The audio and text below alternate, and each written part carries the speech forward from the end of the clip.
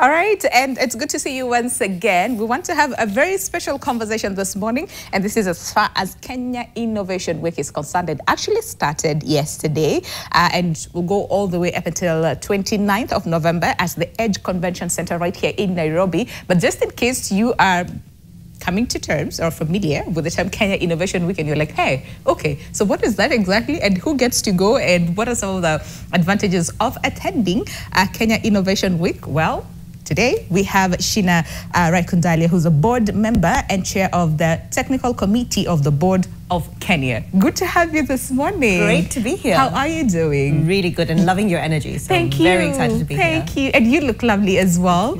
So thank you so much for making the time this morning. Can we first of all just get to understand, so there's Kenya, who are the primary, yes, I would say conveners of Kenya Innovation Week, right? So can we first of all understand Kenya in just a second, then we'll talk about Kenya Innovation Week. Sounds good. And I'm so glad you asked that because I think not many people know about Kenya. So Kenya, what we are is we're the Kenya National Innovation Agency. All right. So we're the government agency that's basically responsible for sort of orchestrating innovation across Kenya. All right. We're quite a small government agency, but I think a very, very powerful one. We're sort of that saying where small is beautiful. Yeah. And one of the things that we do, one of our flagships is around Kenya Innovation Week, which is one of the events that we do, which we'll go about doing it. But it's more than that. What is innovation, right? Yes. Innovation is not, sometimes people just think of innovations and they think young people or they think tech or they think IT, but that's not the case. Innovation in government is important. Innovation in the private sector is important. Innovation in schools is important. So what Kenya does is we're sort of trying to say, how do we bring the different innovation actors together? How do we sort of ensure that there's more innovation happening in Kenya, in our day-to-day lives? And why is it important? So that's sort of where we are with Kenya. Yeah, and I'm just curious to understand, so from your perspective and where you stand, innovation, how are we doing in innovation systems in the country as well? Where are we? I know, looking at the African continent, someone would say Kenya is up top over there, but how are we doing it? And why is it important for all of us to not only talk about, but also focus on innovation, and especially in this day and age? 100%. And sometimes I think innovation has become a buzzword, right? Everybody is talking about innovation. Yeah, we talk about innovation. Now, we are very lucky in Kenya because we have a very entrepreneurial culture. You know, this whole ideas of Kenyans being entrepreneurs, we are. Like, whether you're young to old, we have this. We're tech savvy, we want to learn new things. So we already, luckily, compared to a lot of other African countries, we have that ingrained in us. But you see, innovation does not happen in a vacuum. You can be innovative. I can be an innovative cook. I can be an innovative whatever. But I also need an enabling environment for my innovation to thrive. So one of the ways people measure innovation globally is we have sort of like a global innovation index, and different countries will then try and measure different innovation indexes and see, which country is more innovative, which country, and what are the different things? How do you measure innovation? Because there's so many things in different sectors as well that would contribute in one way or the other to innovation. So is innovation how much money we raise, like how much money startups raise? Is it about investment? Is it how many jobs we create? Is it how many cool things that we do? Is it how many patents we file? And the answer is, it's yes and no to everything. All right. So innovation is a mix of all of these different things. What's very important, and I think for me what's very important, is we also should define innovation by what is important to us. So we're in Kenya, we're in Africa. What is important to us for innovation? For me, innovation is how do you do things in a way that is better, more effective, and kind of, creates and solves our problem. If there's a really cool innovation that is got no impact for us here in Kenya, it might be the best innovation in the world, but who cares? But imagine here in Kenya where we have amazing innovation. So I'll talk you through one of our innovation programs at Kenya. It's called R2C, Research to Commercialization. One of the things that we don't realize is our universities are awesome. There is a lot of amazing research, innovation happening there. So when I went to visit, there's somebody who's developing like a drought-resistant crop. There's somebody who's doing like a medical ventilator. There's somebody doing like the sign language. The problem is a lot of this research happens, people write papers, file a patent, and that's it. And then that's it. Do you know what I actually had? There was a time we were also having still a conversation on innovation, and someone said, and rightly put, like he said, Kenya, amazing brains, beautiful brains, when we talk about innovation. But then again, after you publish, and then that's it. Our research does not go anywhere. And they were asking, so what exactly is the issue? Is it that then there are no opportunities, to go beyond just publishing, or is it that we don't tap into those opportunities? Yeah. Great question. Yeah. And I struggled with this because in other countries, in the US, the UK, they do it a lot. In the West, yes. even in the East, in China and India. Yeah. So what is it? What is stopping us? So number one is also a mindset. Number two is also we are bad at communicating with each other. So I always look at myself and I think, well, what do I? And I sometimes think I'm just not a specialist in anything. I'm just such a generalist. But you know what my core superpower is? Yeah. I've worked in many different sectors. I do a lot of government advisory work. I've worked in the startup space. I'm a lawyer by training. Don't hate me. I've done donors. I worked with the British government. Yeah. And I work a lot with startups. Your profile is rich. But what I realized with that is people just don't know how to talk to each other. So when I talk to a startup and I talk to a university professor and I talk to a government person, they're not able to communicate with each other. Yeah. So the problem is industry. So let's take industry, right? Like this is your big businesses. They need things. So if you're in agriculture, they might need a biofertilizer or they might need something. And when they need something, it means they'll be able to buy it. Yeah. But you have your university professors and you have your university innovators sitting and doing innovation that they find cool and interesting. But imagine if these industry people, the private sector, could be talking to the universities, the innovators, so these guys define their problems and then the innovators solve for it. Guess what? All of a sudden, you've created something and you've got a market for it. 100%. It grows. Yeah. And the second problem is people think that if I'm a good innovator, therefore I must be a good business person. Two different things. Not necessarily. Yeah. Innovation is about creating new products, services, etc. Right? You've got good ideas. You're a builder. You're a creator. You're a thinker. Yeah. But it's not, you can create the best product in the world. So many companies have created the best product. Are those the ones that get sold? No. No. You also need that business side of it, right? How do you sell the product? How do you market the product? How do you price the product? So sometimes I think it's also that lack of communication between an innovator and a business person. Now the universities, again, imagine if you have an innovator and you partner with a business person, then you're creating a business out of that innovation. I see. The problem with us is we just think innovation. Innovation, innovation, innovation. But that innovation has to be made useful. It has to be commercially applicable. I see that. And that's the big issue, I think. And I think that's very powerful what you say, and especially to so many young people who are like, I mean, yeah, when you talk about innovation, we just leave it to, you know, a certain group of people. Oh no, let's just leave that to the techies. Let's just leave that to, you know. A lot of people say, yeah, it's not in me. It's not. I don't know how to. I can't. But when you look around, there's so many opportunities, you know, for all of us to tap into. And the fact that you also mentioned solutions. Because we know our needs and we know our solutions as well, and what we need to solve, you know, our different problems.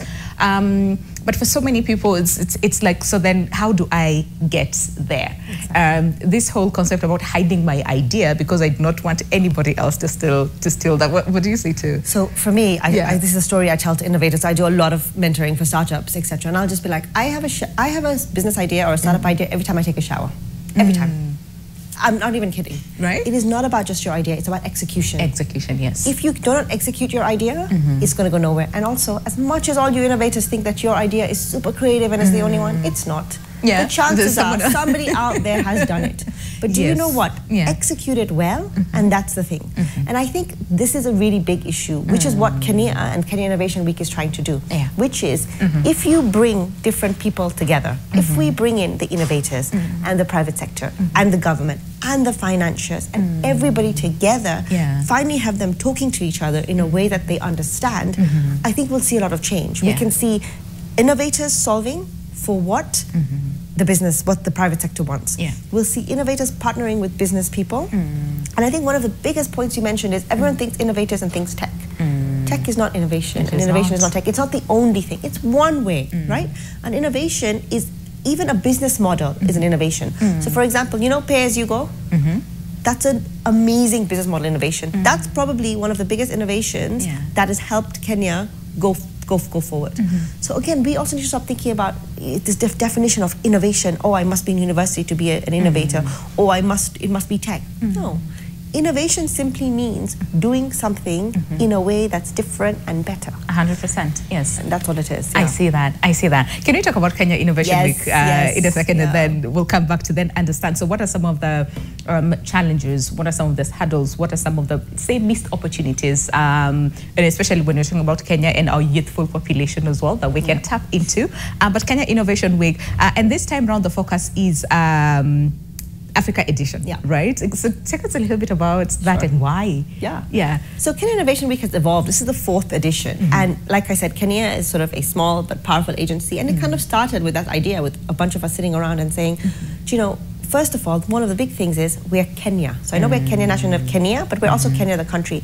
Sometimes there's a misconception that all innovation happens in cities, Nairobi or Mombasa, or now if we look, you know, Nakuru. No, innovation happens everywhere. And one of the good things about Kenya Innovation Week is we bring innovators across the counties. There are some awesome innovations coming out of Makueni. There's, you name it, Turkana. There's a hub in Turkana. Like there's an innovation hub. So sometimes I think we also, and one of my friends says this all the time, which is, you know, Nairobi is not Kenya and Kenya is not Nairobi.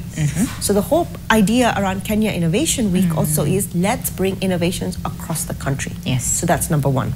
So that's why we started with Kenya Innovation Week and about youth. Why have we now moved to Africa? Africa is, this year's Africa edition, Africa is powerful. We are a powerful continent, right? 54 countries. But remember, we're not one. We are 54 countries and we have amazing innovations and we have a lot of power together.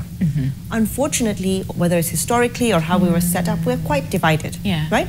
So like my perfect example I give is, if I want to get something from Kenya to Uganda, it's actually cheaper for me to get it from China to Kenya, and then from China to Uganda. How insane is it? Look at our travels.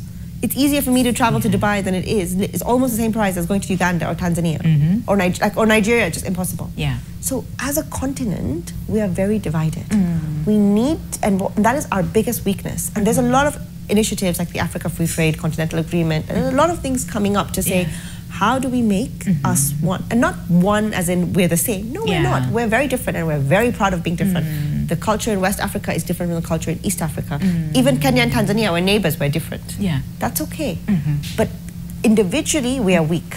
Collectively, together, we are powerful. Strong. And you put this, you brought this point about youth. We are the youngest continent in the world. Our median age in Kenya is 19. In the US now, I think it's 40. In Europe, it's going up. Like it's huge, right? So at the end of the day, when youth are the jobs, when you're old, are you going to be doing the work? No, you're going to be retiring, you're going to be aging, you're going to have health issues. So we say this, but we're going to be the workforce of the world, right? And also we're going to be the consumers of the world. We might not be now. Even right now, look at our music, look at our scene. Look at our creative economy, right? That's also innovation. So we have so much, right? But if we keep trying to do it alone, like as Kenya, as Tanzania, as Ghana, as Nigeria, we're not going to go far. So the whole idea behind Africa Edition is let's bring all of us together. There's lots we have in common, and we should be scaling across our markets, right? If I have a product or a service in Kenya, why can't I start it in Nigeria, in Ghana, and vice versa, in South Africa, Egypt, whatever it is, right?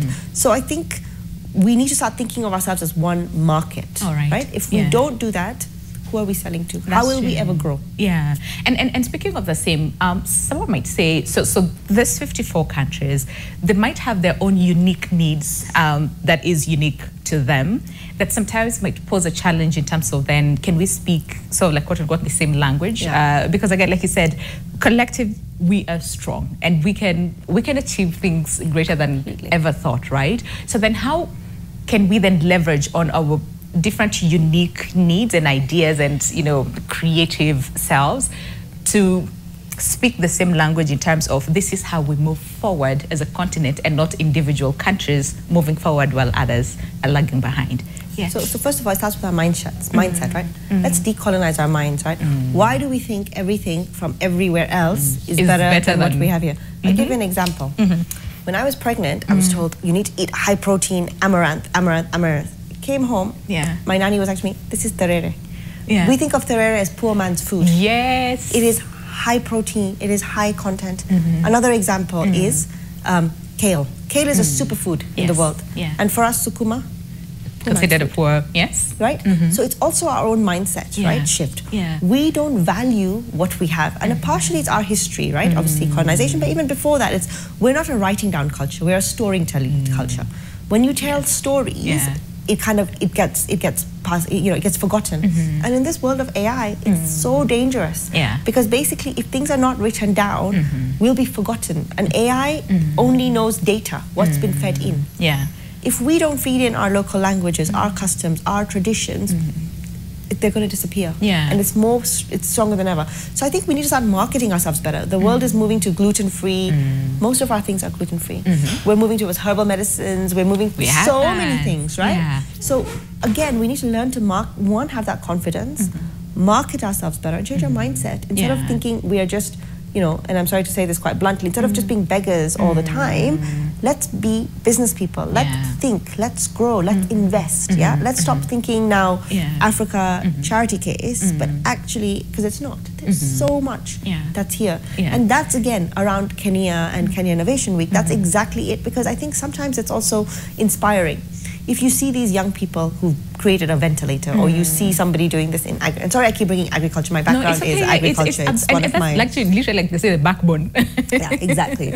And I think so I think another thing about Kenya Innovation Week, which we sometimes take for granted, is it's that inspiration. When I see a young woman who's doing this and she's from, you know, Turkana or Marsabit or Garissa, you know, I think it's very inspiring to lots of different people doing that. So I think that's another thing about Kenya Innovation Week that we don't realize the importance of. 100%. So maybe someone is watching us this morning and thinking, okay, so what is it that then I can expect? First of all, how do I even get to be part of Kenya Innovation Week? So can we first of all just focus on that? How can I be part of the Innovation Week? Because we need to go on a break, and then when we come back, we'll talk more on then what to expect, what are some of the opportunities that people can tap into during Kenya Innovation Week. But for now, who gets to attend? And everybody. So we had about 8,000 people last year. So come, attend. It's online. The tickets are available online. There's a lot of there's a student summit, so young people can come, and there's lots of things about students. There's innovator summits. So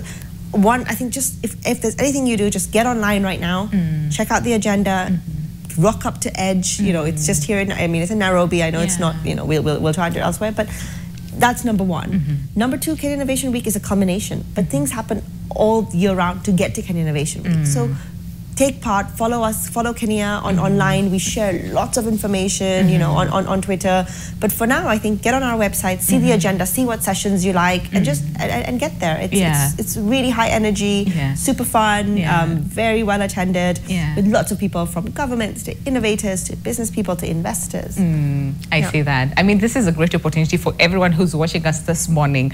Really find themselves at again, like you said, Edge Convention Center right here in Nairobi. But now here's the thing. So in 2022, the president, that is Dr. William Ruto, who launched the second Kenya Innovation Week, and around the theme, connecting innovations globally, which is I love it. Fantastic. By the way, I'm going to say globally was my word, my idea. Look at you, innovating words. Global, because we need to be global with the local context. With the local context. I really, really like that. I saw the word globally. I was like, yes, this is really fantastic.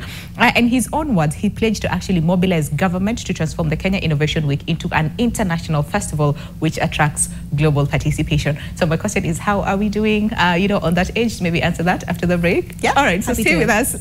We're focusing on Kenya Innovation Week. And of course, the theme or the focus really is a platform for catalyzing innovation right here in the country. So are you an innovator, or do you consider yourself an innovator and watching us this morning? And maybe you have been talking about or singing this song, I don't know where to go, I don't know who to talk to, I don't know where to take my ideas. Again, like Sheena says, there's so many opportunities out there, and we'll focus more on those opportunities after the break. Stay with us.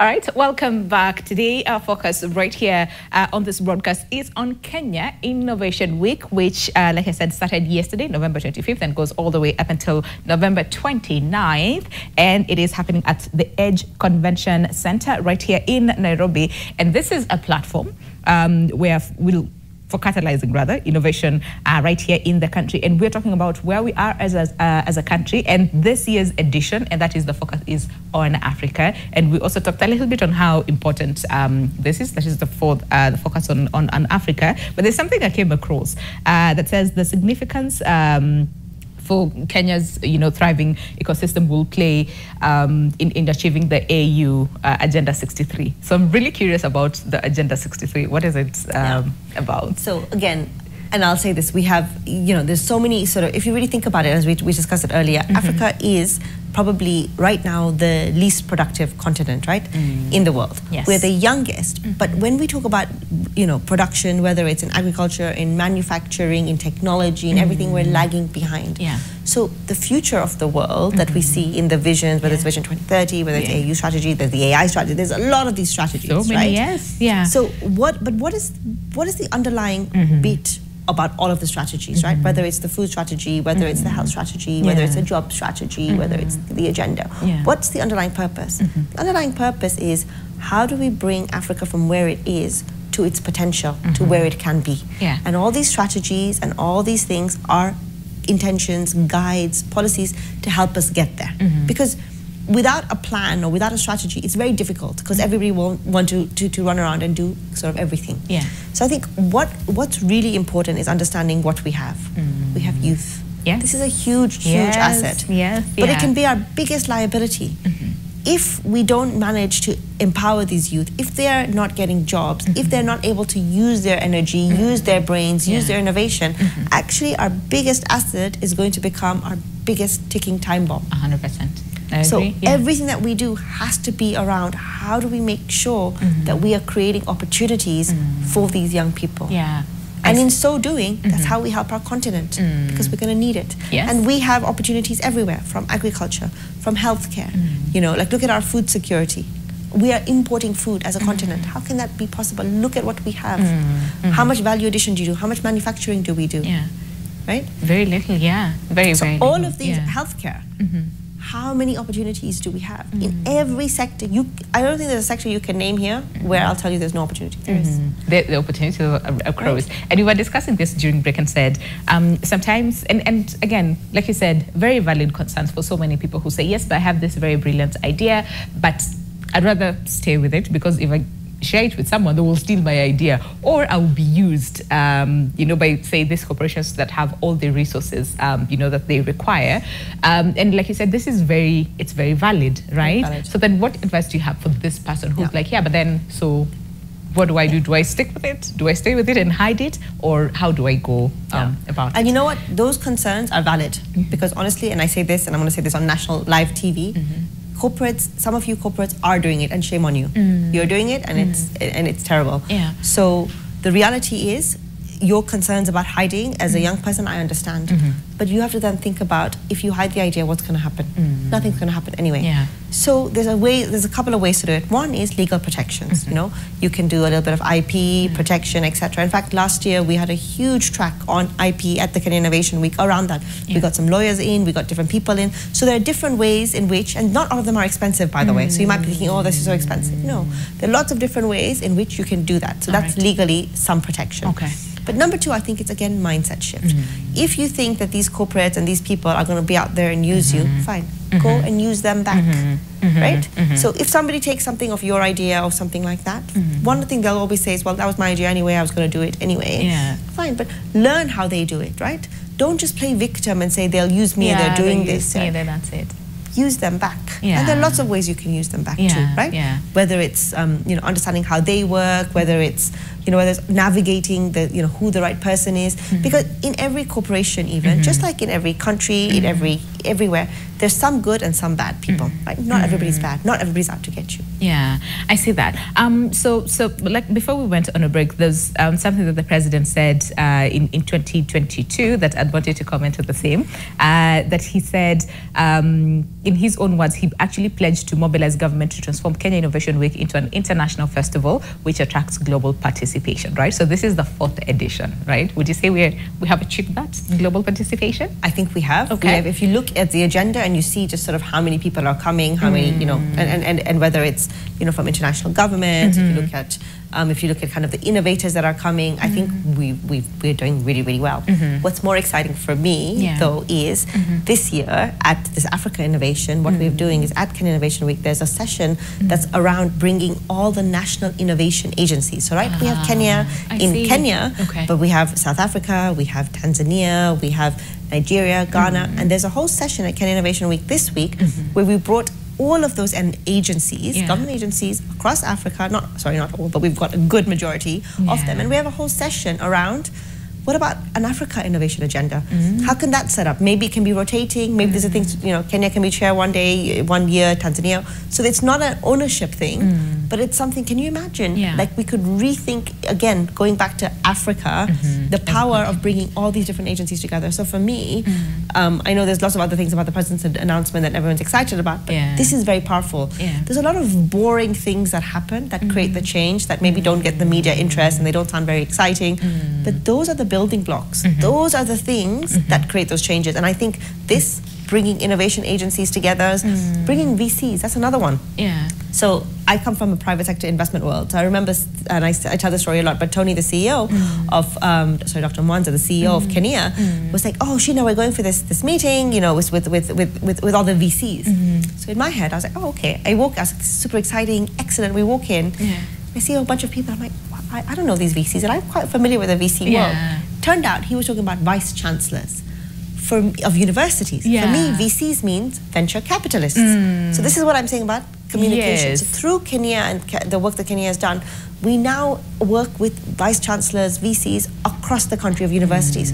Now imagine these VCs are getting entrepreneurial mindsets. These universities are really understanding commercialization of research. The multiplier effect of one university. Imagine the impact that when they have their IP and tech transfer, imagine the multiplier effect in those universities with those students. So again, these are really under the, you know, people don't see them, they're not awesome announcements like, you know, $48 million received, and, you know, those are the ones that take all the media attention. But these are super important. I see that. So then the president has attended the last 3 national and he's attending this Innovation Week and still attending this one. So what would you say is the significance of just him attending Kenya Innovation Week? So one, I think it's a very strong message, which is this is important to government. Innovation is important to government, right? And I think that's a very key message. I think the second thing is it also gives a lot of good exposure to, you know, he goes around, like last year he did, and, you know, he met with all the innovators. He talked to them, he asked them, he actually took longer in that than he did coming back on stage to do his speech. So from an innovator's perspective, a young entrepreneur or an older entrepreneur, whatever it is, it's exciting to showcase your innovation to the head of the state, right? And then of course he does the Presidential Innovation Awards. So we've got, you know, awards, you know, I think this last year was about like 5 million shillings. We went to the top 3. Previously it was lower, but there was more. So again, you have that recognition that what you've done, you know, is important. Then they get news coverage, media coverage, which is very important to an innovator, right? Because entrepreneurs don't get that coverage, 100%, right? Politicians may get coverage, but actually entrepreneurs especially the young entrepreneurs who are doing amazing work, and actually a lot of them are so busy working, they don't actually have time to come and, you know, so for them it's very, very good coverage, because then people will be like, oh, I know this person, or I like this product, etc. So I think it's very, very good in terms of it's inspirational. Of course, if they win the funding, funding is awesome. And number 3, it's that kind of coverage that they get. And also just showing of goodwill, you know, from the government side, you know, to say this is brilliant, we support this, right? So and speaking of this, so the last year, which one? Okay, not which one, but what has been your highlight of a time from Kenya Innovation Week? What is it that you look back and say, you know what, this is the most brilliant thing that came out of, you know, Kenya Innovation Week? It doesn't matter which one, 2022 or 2023. So I'm going to be biased about the one that I lead. So I lead the skills track. All right. So over the years, that's what I've been leading, the skills track at Kenya Innovation Week.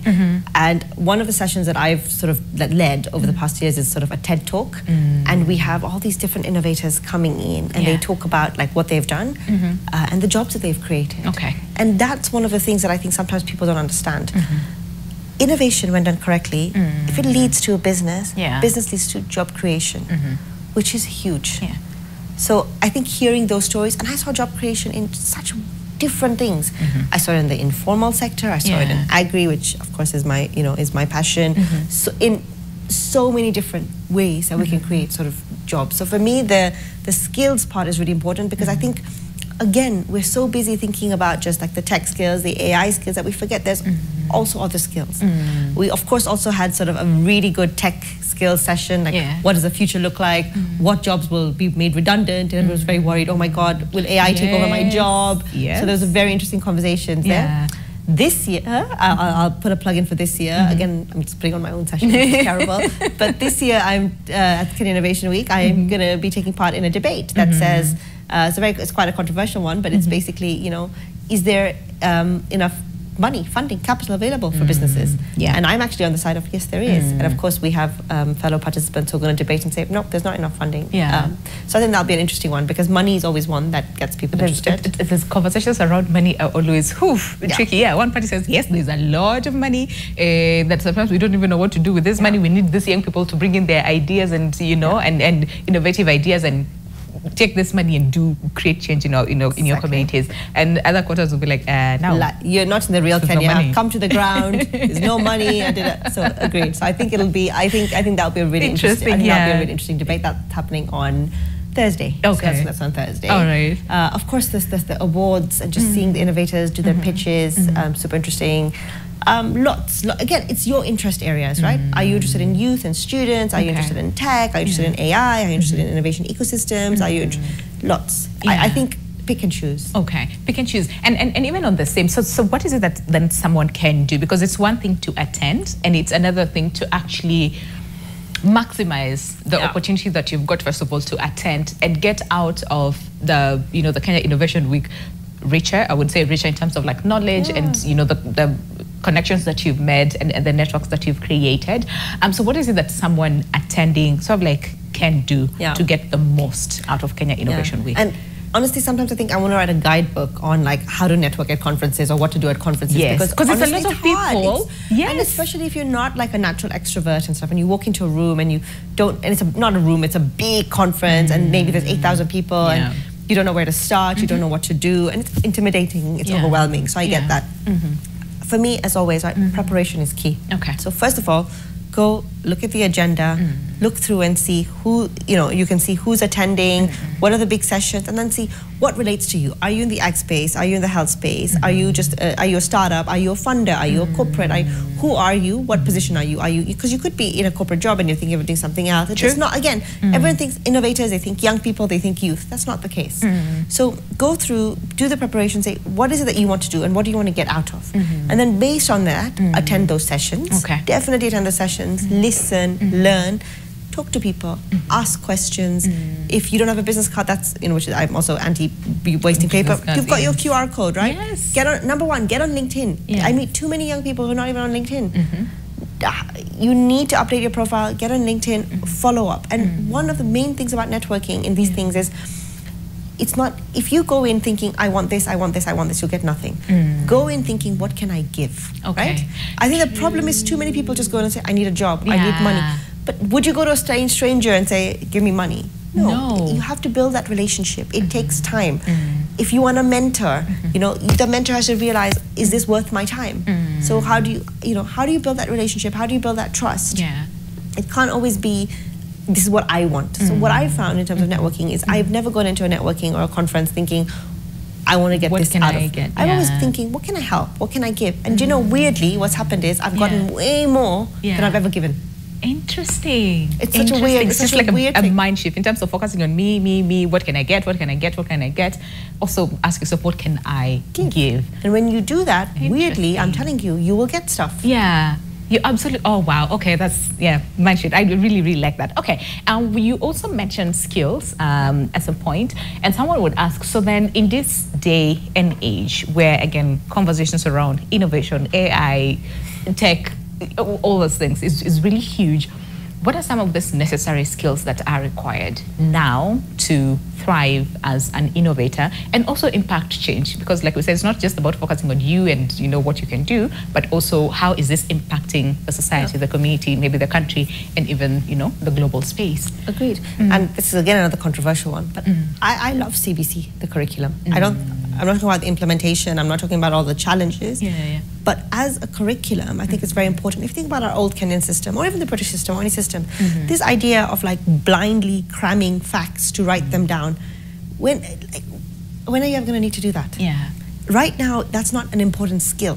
What is an important skill? It's not memory. I have my phone here. It's got better memory than I can ever have. What is more important? What are the skills that I need right now? Well, one is not what to learn, right? It's how I learn. How you learn. Okay. And that's one of the biggest things, right? Like, we have to be how you learn and continuously open to learning. And that's number one. Okay. And then it's kind of like, how do I find that information? So it's not about knowing it, but it's knowing how to find that information. Then knowing how to communicate that information. There's no point if I know everything and it just sits in my head, if I can't communicate. If I can't make my point to you, it doesn't matter. True. And then how do I collaborate? Because we always say in Kenya, right? When you walk alone, what is our proverb that we use everywhere? Right? You have to walk together. So how do you collaborate with people? How do you communicate with people? Those are real core skills. And how do you keep learning? So I remember, like, a lot of people would be like to me, oh my God, we have to teach coding. I'm not saying no to coding. Coding is very important. But you know what? No code has already come about, where you don't need to be a coder to code. We've seen what ChatGPT. I'm not saying they're perfect. But in 10 years from now, in 15 years from now, there'll be another technology. So it's not about the technology, but it's about the skills behind it, right? It's about the thinking behind it. It's about the logic behind it. So I think that's really important. And doing practically. You know, the way you learn is not just by cramming. You actually have to do. You have to do and practice.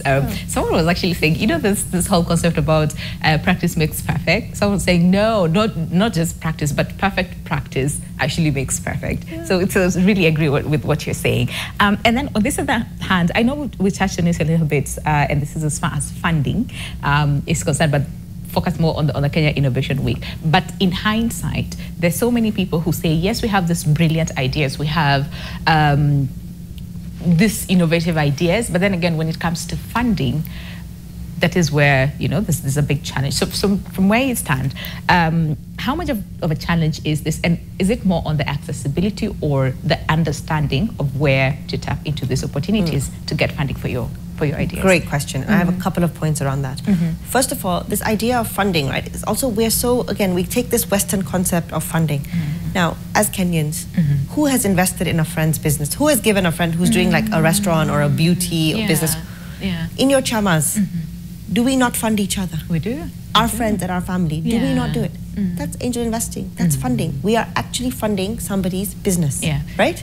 So that's number one. Just because it's not called VC funding or angel investment funding, it doesn't mean it does not happen. Now the difficulty is, as a population compared to the West, our income levels are lower, so we can't do as much funding. So in the West, they can actually grow businesses without profit, without revenue, and grow, knowing that when I grow, eventually I'll make profit. Like Uber did not make profit for I think it just did in 2023 or something, right? But in Africa, in Kenya, we can't do that. It has to be profitable growth, right? So it's slower to a certain extent, but it can still work. So that's number one. All of us can be those funders. Number two, us, the older ones, right? Shame on us. What do we do when we get a bit of money? We go and buy land. Right? Imagine, instead of buying land, we were actually investing it in businesses. Right? That's number two. And then I think the third one, and really really important one, is everybody talks about innovation and thinks young people, right? I started my business and I failed, and I always say this, like, I started a startup and I failed, and I learned more on that failed startup than in my entire career as a lawyer and MBA combined. But I even did my part. I did my startup when I was 30, not even in my 20s, and I failed. And now I think, if I've done it, 10, 15 years later, I'm actually better. I'm actually better off. So sometimes we just fetishize this idea of youth entrepreneurship. Oh my God, how can a 20-year-old be expected to start and run a business, right? Sometimes they're doing it because they just don't have a job. So it's not about just young people starting businesses. Actually, it's the best, but some research has found that older businesses started by older people who've had industry experience start more successful businesses that hire more people, right? And when you're older, what's happened is maybe the business ideas come because you've worked in media, and you've been working there for 10 years, and you see gaps. So you actually understand your market. You also have some savings. So already that's your initial investment. The big issue here, I'd say one of the biggest challenges we have is not even just equity investments, it's banks, it's lending, right? Our interest rates are ridiculous. Rates have just, So that's the big issue that I see, right? And there's so many reasons for why the cost of capital is so expensive, but this is the big problem with Africa. Our cost of capital is too high. How can somebody be expected to pay a 15% or a 20% loan? And create a profit. Nowhere in the world is that possible. Yeah. Think about how high your profit margins have to be. Yeah. It's just through the roof. So then for someone who's like, because you also touched on unemployment, that sometimes some people start businesses not because they want to thrive in it, or not because they're even good at managing that business, but just out of necessity, right? You need to eat, you need money. You need money, yes. So then how do we close that gap so that people don't shift into entrepreneurship just because there's nothing else to do, but really focus on that because, number one, again, impacting change, but at the same time also the leveraging on some of these opportunities to bring solutions on board. So how do we close this unemployment gap, which you have talked about over and over and over again right here in the country, literally like a song right now. It's everyone, right? Everyone's about it. It's a huge problem. But I think another way also is then to think about, now I'm going to go back to agriculture as my example. There's huge opportunities in the agricultural value chain, right? Like right now, in some value chains, 70% of our crops are lost, right? Yeah. They don't get to market. They're actually grown. So I was in Taita Taveta, so he was the deputy governor at the time. She was like, tomatoes are rotting on the street. Not even the animals are eating them. It's too expensive to get. Think about how much tomatoes cost in Nairobi. Spoke to an agro-processor. He says to me, I get my tomatoes from Uganda. If I knew that there was quality tomatoes, I would even set up my factory in Taita Taveta. Yes. Now imagine if that guy set up a factory in Taita Taveta. How many jobs would we create there? Yeah. Everywhere. Think about the knock-on effects. Yeah. So you see, sometimes there's also those boring traditional sectors which can create lots of jobs. Yeah. Right? You can't eat tech. Everybody wants to think they will have it. We'll do a tech is cool. Tech is cool. Tech is an enabler. And tech in agriculture can be amazing. Tech in health can be amazing. Tech in education can be amazing. Yeah. But what we need to do is we need to build industry to create those jobs. Now, as a startup, can I start manufacturing? Maybe small value addition manufacturing or things like that. But this is where we need the enabling environment. Can we create an environment where we have cheaper electricity, where we have good business environment, so it encourages businesses to set up in those rural areas? Because it's not just in Nairobi. The jobs are going to come from the rural areas. Do we want people just moving to the cities to what? To be like... No. Yeah. That's not great potential either. Yeah. So let's create those income opportunities. Around us. Because again, like you said, when we started the conversation, that opportunities are all around us. We just have to open our eyes to these opportunities and also act. Yeah. Because it's one thing to see. And market ourselves better. Yes, market ourselves better. I really, really like that. So we said this earlier as well when we started the show and said, Kenya, where we have positioned ourselves, and especially the African continent, we're up there, when it comes to innovation, right? So then how do we leverage that to get into, the global space as well? Yeah. Yeah. So, I mean, I think, and here, what we need to do is, this is one of the challenges, right? Is we're great as Kenya, and that's good. Yeah. But Kenya alone does not have a voice globally, which is why we're saying Africa Edition. Let us use the African voice as well, right? Let us be Kenya in Africa. Yeah. Let's, so of course we should buy Kenya, build Kenya, etc. 100%. Kenya, yes. But the reality is our market on its own is very small. Yeah. So if we become Kenya as Kenya in Africa and go as a global African voice, right? The Kenyan voice in Africa again, I think that's super important. What the problem is right now is every country in Africa, whether it's Kenya, Nigeria, South Africa, Ghana, we're trying to compete with each other. I'm the best. I'm small pie. Yeah. We can compete. But if we go as one, we're stronger. So that's what I'm saying. I think our collective strength is very weak, right? We've been talking about an Africa Free Trade Agreement. Why does it cost me so much more to get to Nigeria than it does to get to Europe, right? Why are we doing our business in dollars when we could be doing it in our local currencies? Yes. Right? Like, how much do we pay? And so again, it's these, mindset shifts where we need to understand, that we are stronger together. Each of us are trying to do our agreements with individual countries, right? And yes, we've got all of these blocks: the East Africa bloc, the COMESA bloc, this bloc, AFCT. But they, and they're work in progress. But the real shift will happen when we unite as Africa, confident, but also community-driven. We are as a continent, we're community-driven. We're not individualistic.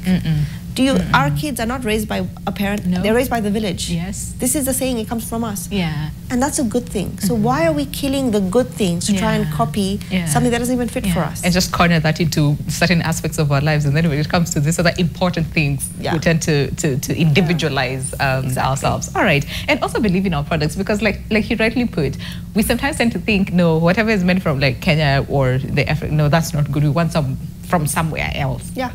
I mean, that's just... I mean, look at our design, look at our fabric. Like, why are we wearing these dresses? Like in Nigeria, I think I remember that there's a thing where every Nigerian woman will buy like local Nigerian fabric and make dresses and things like that. Yes. And it sounds very beautiful, and now it's being recognized internationally and appreciated. I mean, we've seen some of our stores in Kenya, and they're going, and we're seeing them going to the international, okay.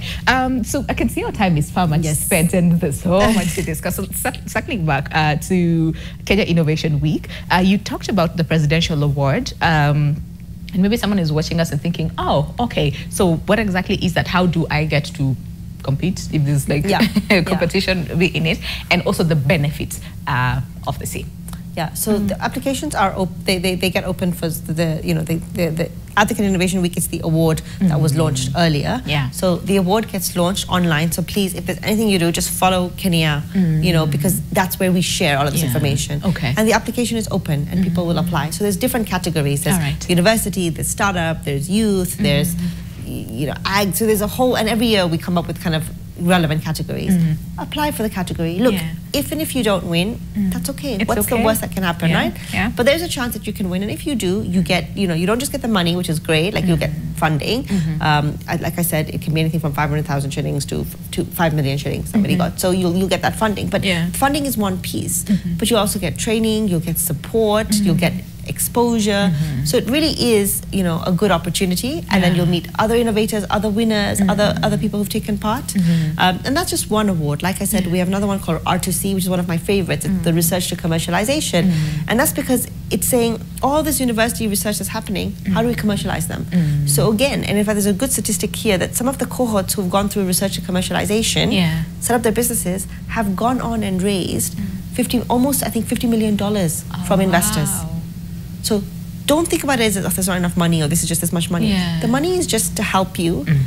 Then you get the technical training and the capacity building. And some of these, like I said, some of these innovators have gone and raised external capital. It's very possible. We've got stories of how this has happened.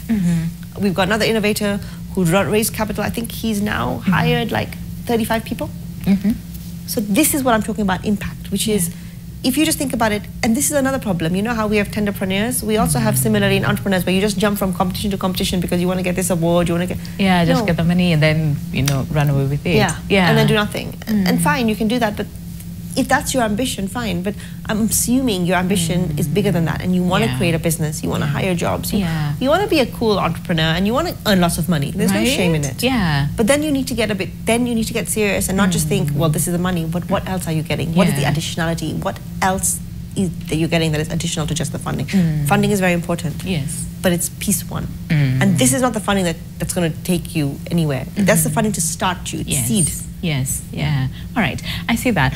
So just in case, again, someone missed out on the first part of the conversation where we said Kenya Innovation Week is happening right now at the Edge Convention Center right here in Nairobi. It started yesterday and will continue all the way up until 29th of this month. So take advantage, right? Get yourself there, get to learn, and don't focus about what am I going to get, but also what am I going to give at the same time. So you talked about over 8,000 delegates, over 200 exhibitors. There are 30 summits that have been lined up throughout this entire week. So what is that one thing, or maybe two, that you'd want people to come out of Kenya Innovation Week, the Africa edition 2024? Great. If you don't come out with even one new person that you have met, then you have failed yourself. So it's somebody that you have met, you've spoken to, could be an entrepreneur, could be an investor, could be a student, whoever it is, but somebody that you would not have spoken to otherwise. I think that's number one. And number two, I think if you have not attended a session and learned something new, whether it's about finance, whether it's about IP, whether it's about AI, I think that would be a real shame. And number three, just go and meet all the exhibitors. Go and check out the booths. There's some really cool things happening. I think you'll be super inspired to see what people have managed to do. Yeah, and he also says, again, innovation is not just tied within cities, right? So here's my question to you, sitting at the board. So we'll have opportunities where we'll have Kenya Innovation Week, maybe happening in Turkana, happening in other parts of the country. And what would that look like? And it already happens, right? So yes. and I'm going to plug, there's a body called the Countrywide Innovation Hubs. Countrywide Innovation Hubs are a network of hubs outside of Nairobi. So you're talking about from Mombasa, you're talking from Turkana, you're talking, they're a membership-led organization. And in fact, Pwani Innovation Week just happened in Mombasa. Then we always have the, in Kisumu, in the West, Western counties, they have an innovation week that happens.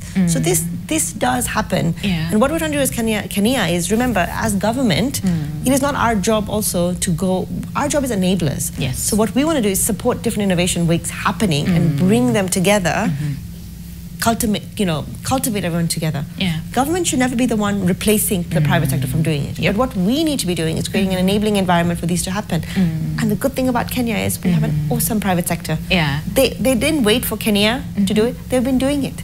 They've got together as hubs, and they do Pwani, and they do the north, the western, and they do Nairobi does its own. So it's already happening. And there are hubs across the country. I see that. So then, as we bring this to a close, what does the future of innovation look like to you as Sheena? And what is it that you'd like to see happen that you will sit back and say, you know what, actually, we did that as not only as a country, but as a continent, and that is the African continent? For me, I think is if we broke the silos. Right now, government talks to government in another language, private sector talks to private sector, startups talk to startup, investors talk to investors. We don't speak the same language. Like the example I gave you about VC for me means venture capitalist. VC from a university perspective means vice chancellor. So what I'm saying is if the one thing we can do is basically for private sector to say this is what I need, the innovators to make what the private sector needs so that they buy it, government to enable it so that it happens. That's all I want. I see that, and really sure hope that at some point we will we will get there and we will see that. But thank you so much, Sheena, for coming by this morning and just helping us understand, first of all, innovation in itself, the opportunities that are available, the solutions that it can bring about, but most importantly, how then we can tap into these opportunities. Thank you so much. All the very best during the entire week of Kenya Innovation Week. Just a reminder that is already happening. It started yesterday, that is November 25th, and goes all the way up until November 29th at the Edge Convention Center. So find yourself there. But also to remind you that there will be a live coverage that will take place tomorrow. That is 27th, as far as Kenya Innovation Week is concerned, right here at NTV. So just in case by any chance you miss out to go tomorrow, you can still watch it right here at NTV. But the biggest call is try. Find yourself there. That is at the Edge Convention Center for the Kenya Innovation Week right here in Nairobi. But for now, allow us to say goodbye. My name is Winnie Lubembe. A special thanks to you, Sheena Raikundalia, who's a board member and chair of the technical committee of the board of Kenya. Okay, I wish you a lovely day ahead, and we'll see you tomorrow on Your World. But until then, stay safe, God bless, and find yourself at Kenya Innovation Week. Goodbye.